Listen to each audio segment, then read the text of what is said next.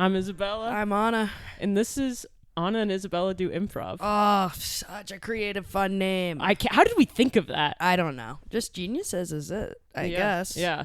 Part of it came to me in a dream. Really? Oh, okay. Was I in the dream or? No, you had nothing. It was my part of the name. I was like, Isabella does improv.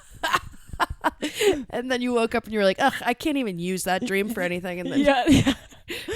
Isabella Does Improv. It's not a podcast I'm doing. Yeah. Wait a minute. Yep. Isabella, and what form do you want to do today?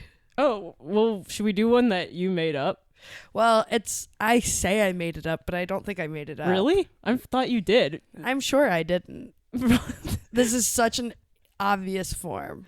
Yeah, it's so intuitive. It's the radio form. It's the radio form. I love it. We used to do it all the time. Really, I think holding fake microphones. Yeah, I think we said it was a warm up, but really we just wanted to play. Yeah, exactly. It's actually super weird.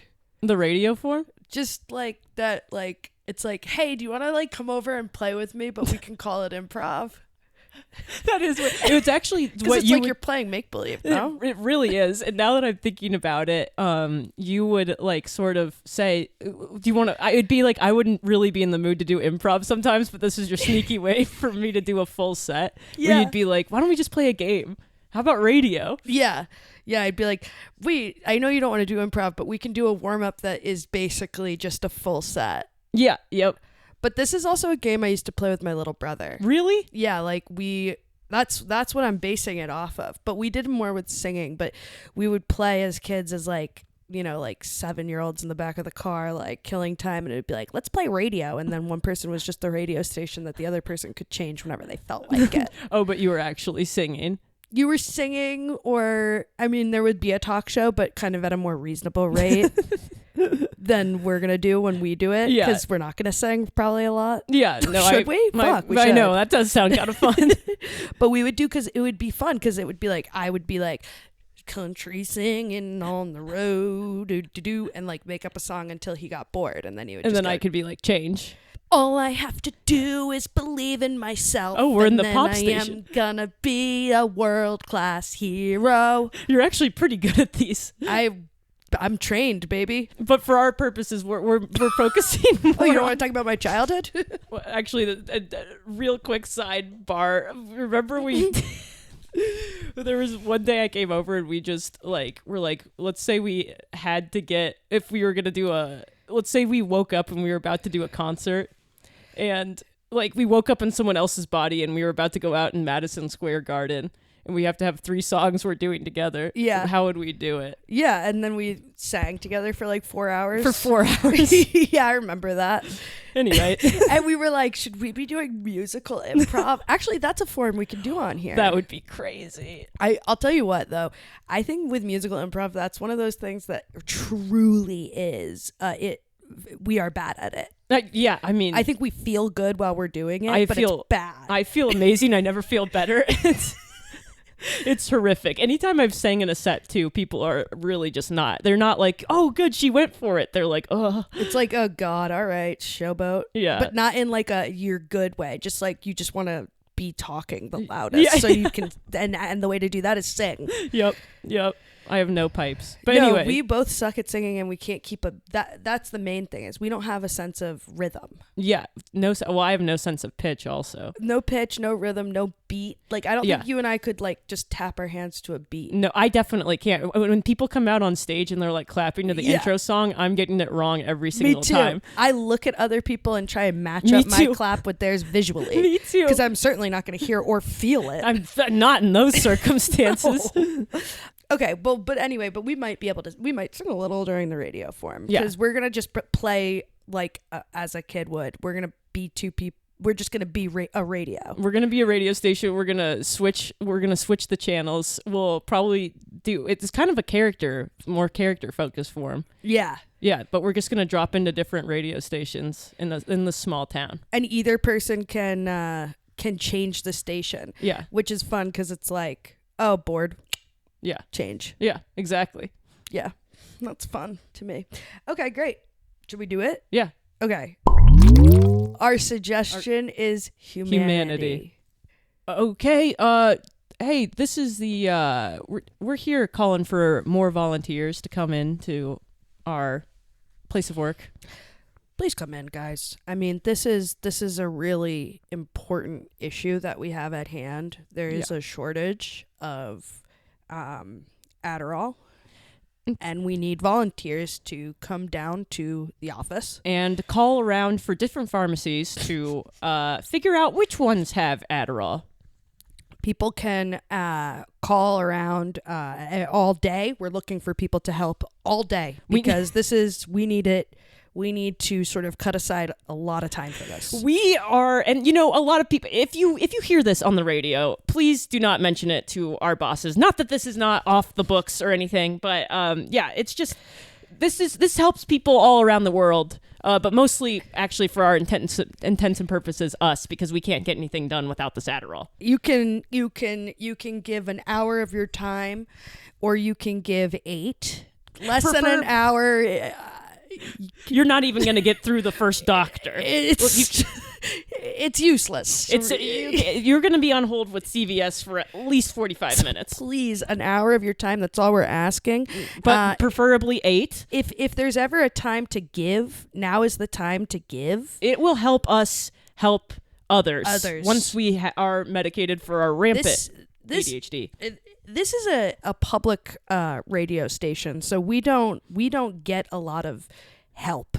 So a medication like this can really make or break a story. Look what happens when my co-host tries to read the teleprompter, knowing that her CVS is out of Adderall.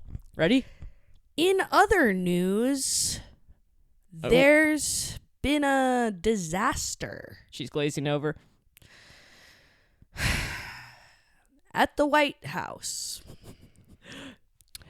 Do you think I look weird? No. See, and that's the kind of thing I can't keep focused. No, she can't keep focused. She's look at my co-host. Now you read, and I just want the listeners to really get a good sense, because we would not show this otherwise. We thought it could help the cause. Donald Trump has issued. So close to the word tissue. Issued 17 executive orders canceling.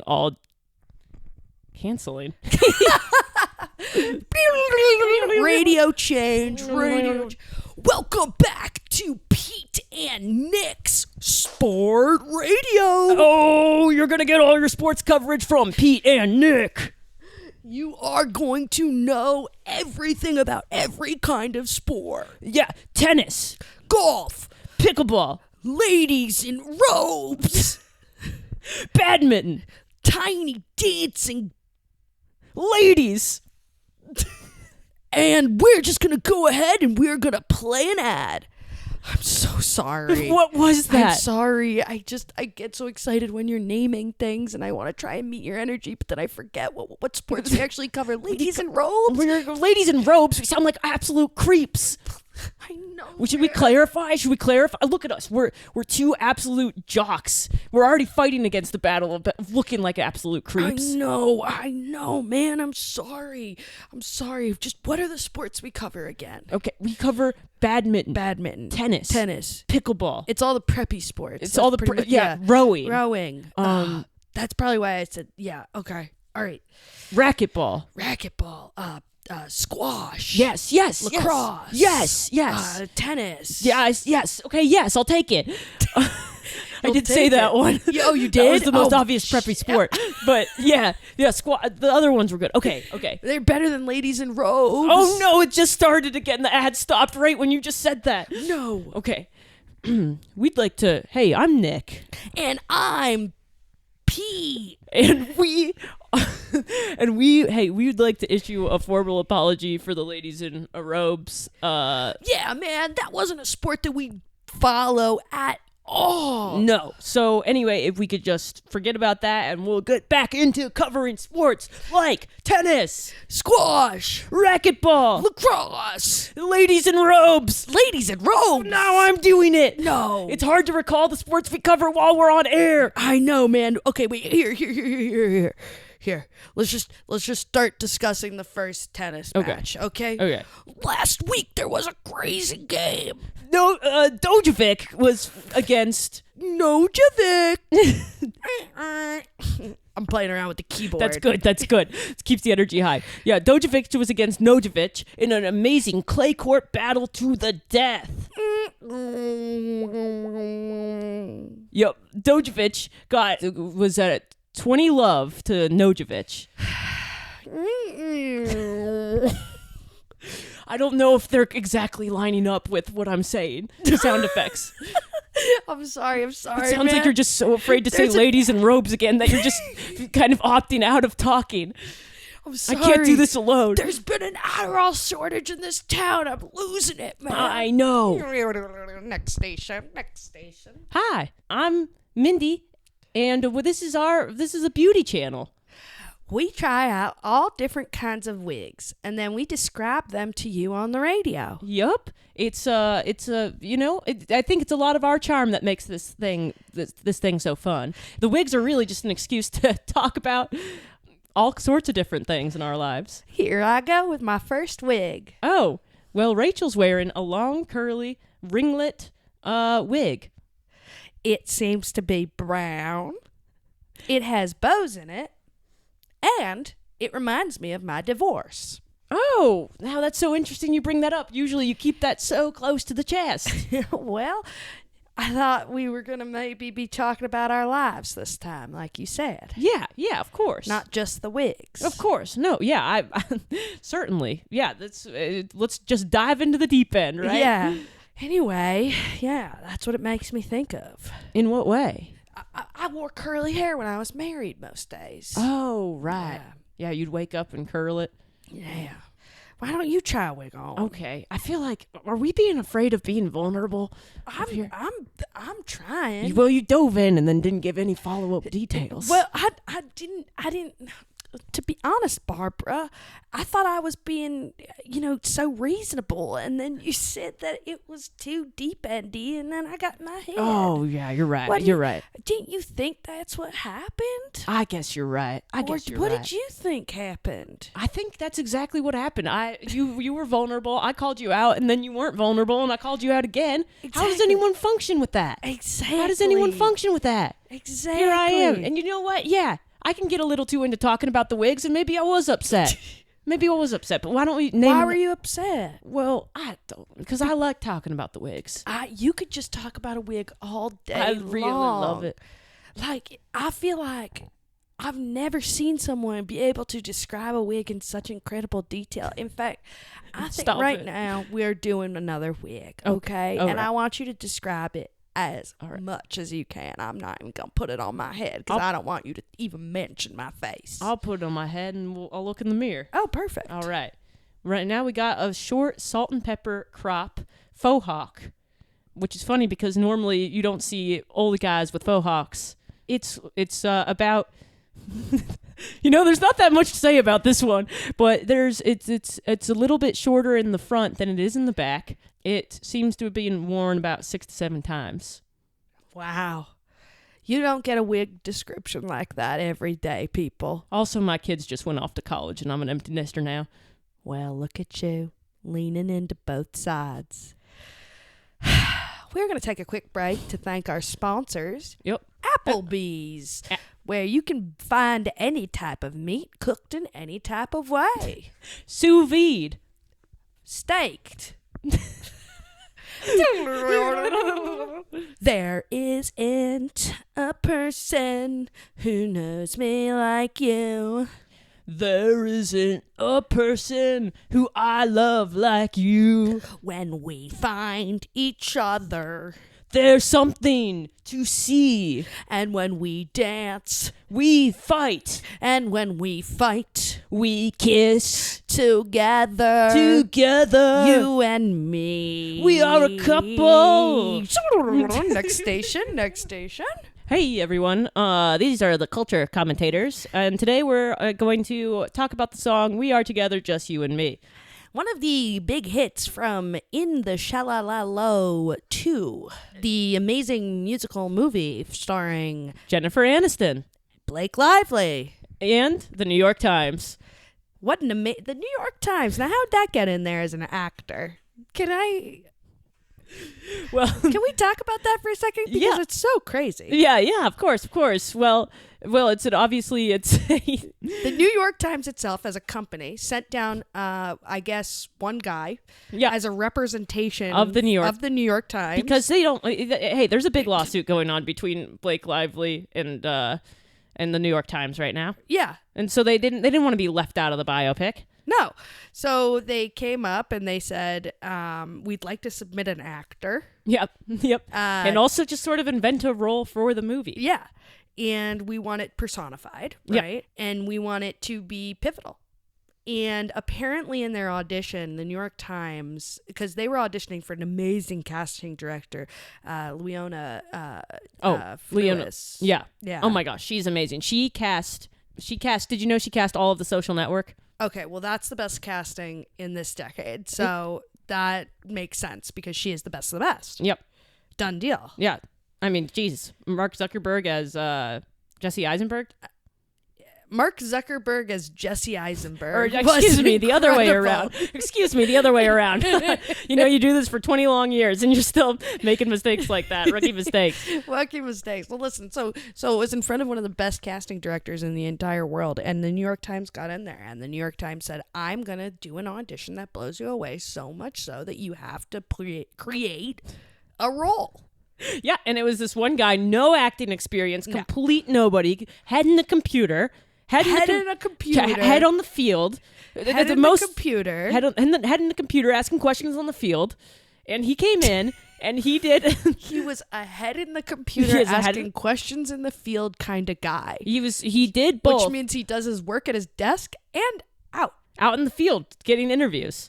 But truly no acting experience, just sort of cut and dry. He comes in and he delivers the most amazing monologue that people have ever seen in their lives. Apparently, that's the story, at least. Apparently, our favorite casting director lady, she was asleep. And she woke up. She was asleep through several auditions. She was dead asleep. This is the story that we heard from a very reliable source. She was dead asleep at her desk. She was dead asleep at her desk. They were bringing in people to audition. She was sleeping through most of them. Sleeping. When you're that good, when you've done it for that long, when you've cast The Social Network, you can see if you're asleep, that probably means nothing good's going on. Exactly. So she was dead asleep at her desk. She takes melatonin before she goes to work. She had 6 milligrams of melatonin in her system. She was dead asleep at her desk. Coming from a very reliable source, all this information. Absolutely. One of someone that we could never name because they would lose their job immediately. They're so close to the source. See, it's so close, knows everything about him. So someone's letting in people, checking them in. She's snoring away. She is a big snorer. She's dead asleep. The New York Times starts delivering its monologue, which was weirdly about a little kid who, it was from the perspective of a kid, I believe. Yes. Who was lost in the woods by himself. So nearly no lines. Very physical monologue. A lot of eye work in the monologue. A lot of micro movements in the face. This woman is dead asleep. Dead asleep. The only line in it is, oh no, I think I've been here before. That's the only line. Her eyes shoot open. She's erect in her chair. Yeah, she becomes erect physically, and she bolts up. She stands on her 2 feet. On her tippy toes. On her tippy toes. She's on her tippy toes, mind you. And I think people have not forgotten, but just in case you have, she was asleep a second ago. That asleep. She stands fully up. She's on her tippy toes. Nobody in the office knew that she was actually 6'7". She had only been asleep the entire time they'd known her. She'd only been dead asleep, horizontal. She stands up for the first time of her life. Everyone in the office says, that's a tall lady. That's a tall lady. And they sort of actually take a couple minutes to discuss that. People start commenting on her appearance, sort of right in the middle of her moment. Yeah, and there's... Because she's finding the next talent, and people go, she's kind of tall. That's a tall lady. And so and meanwhile, the monologue's still happening, but people don't know because it's silent. It's silent, except for the one sentence. That already had happened. And she starts clapping and does a slow clap into a rampant, fast clap. And she says, That's so true. She did a slow clap into a rampant fast clap. The way she was clapping by the end of the clap was, I mean, people were saying it was going 1,000,000 miles an hour. I think it was classified as a round of applause. That's the word I used. A round of applause, but with one person means that you're clapping so freaking fast. Think about that, people. You're clapping so fast. If a singular person can be a round of applause. It sounds like the whole room's blowing up, but no one is. They're all looking at her. She's clapping. She's clapping. And people started to wonder if she was a robot, I heard, because of how fast a human arm can really. You're right. People started commenting on her appearance again, and because, you know, this is a woman in a workplace. So not only have they stopped to say, she's pretty tall, and now they're like, is she a robot? Is that even a fucking woman? That's how fast she's clapping, folks. And that was the moment that she knew, I have to cast the New York Times. The movie did flop in the box office. Of course. I mean, it was very distracting to have sort of a personified newspaper in it. That's the radio form. That's the radio form, folks. Go home and try it with your friends. Try it with your friends. But be safe about it, please. You can get sucked in. Careful. If you have plans later that day, you be careful. Yeah, you'll probably skip them because you're having so much fun doing the radio. Another one. Another one down and done. Another one bites the dust. Oh, yeah, that's the... Or another one down and done. Another one down and done. Thanks so much for listening. Hey, subscribe, comment, send it to your friend even. Yeah, text your friend. Hit that little arrow button. Make it your story on Instagram. Whoa, Let's get people listening to this podcast. Wouldn't that be like, if we're just like, oh my God, should we freaking all just do this? I think, yeah, I think it'll be weird at a certain point if you're not doing that. Yeah, I think so too. Yeah. I think it'll be awkward. I think people will be like, whoa, something happened to your Instagram or something. Yeah, your Instagram must be broken because you didn't make it your story that Anna and Isabella started a podcast. At the very least, people will start to be like, am I not on your close friends list? Yeah, that's definitely, they're going to think at least they're missing something if they're not seeing it. Yeah. Okay. All right. Thanks for listening. Tune in next week.